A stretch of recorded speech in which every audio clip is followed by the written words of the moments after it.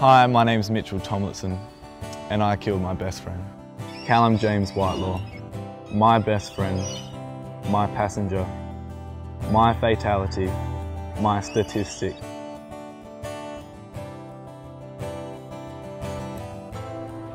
It was Sunday morning when I woke up.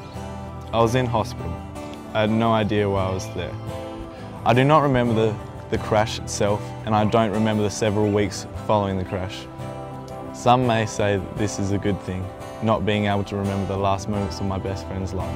I beg to differ. I do not recall what happened in those last moments in the vehicle.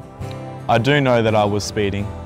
I know that people have been saying that it's not my fault and it's wet weather and all these other conditions, but it's all bullshit.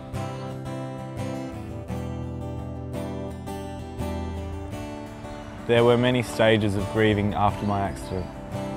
First, there was shock. Then, there was the hit of reality, the despair. And then there was the time when all of your options are gone and all you can think of is the end. But that wouldn't have helped anything. Even for the Whitelaws, who hate me. I love and I miss them. They were my second family. Every weekend, Callum and I, we would go out, go to a party, get some girls, because that's what Callum did. He had his accent, he had his American accent, Scottish, Spanish, French, anything. He would make it sound appealing if it came out of his mouth. We were the perfect team. But we're not a team anymore, because he's not here. And I miss my wingman.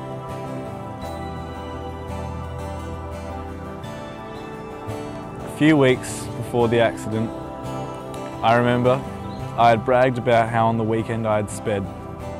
I was no hoon, but certainly to me, speed wasn't the biggest issue. I could not be more wrong. I got my licence reasonably early compared to the rest of my year, as I was born in March and I'd been going to my uncle's farm since I was a little boy. I'd been driving the ute around the farm, and even my dad had bought me a driving course to become a safer driver. But obviously, all of this has not really helped much.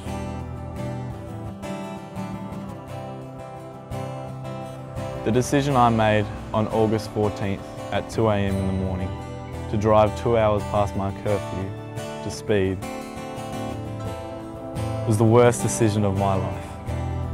I can barely remember the last weeks of school, but I do remember one day in particular. Callum and I had been in the same maths class. And when Callum was gone, my maths teacher actually told my friends in the same maths class to sit around me and look after me. But one day, just one day, we were all in the same positions that we would have been before the accident, and nobody was next to me where Callum would be. That seat, that empty seat next to me, affected me more than you could ever imagine. I wish I could tell you all the memories that I've had with Callum, but I'd be sitting here for hours telling you everything I know about him. Every day I wake up wishing that this has all been just a bad nightmare, that it's all just someone playing a trick on me. But every day it's always the same. I have to wake up every morning with that disappointment and realising that Callum's going to be always gone and it's my fault.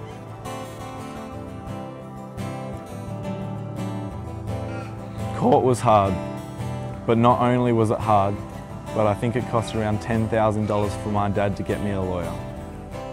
When I went to court, I was 17 and a half, and if I had been sentenced, I would have spent a little bit of time in juvenile detention, and as soon as I turned 18, I would have been sent straight to an adult prison. Really, I should be thankful for the fact that I survived that night, that I'm here today, and that I'm not in prison. But I'm not thankful. I hate the fact that I didn't die that night, and I hate the fact that I'm not in prison, as I think that that would have been a suitable punishment for me.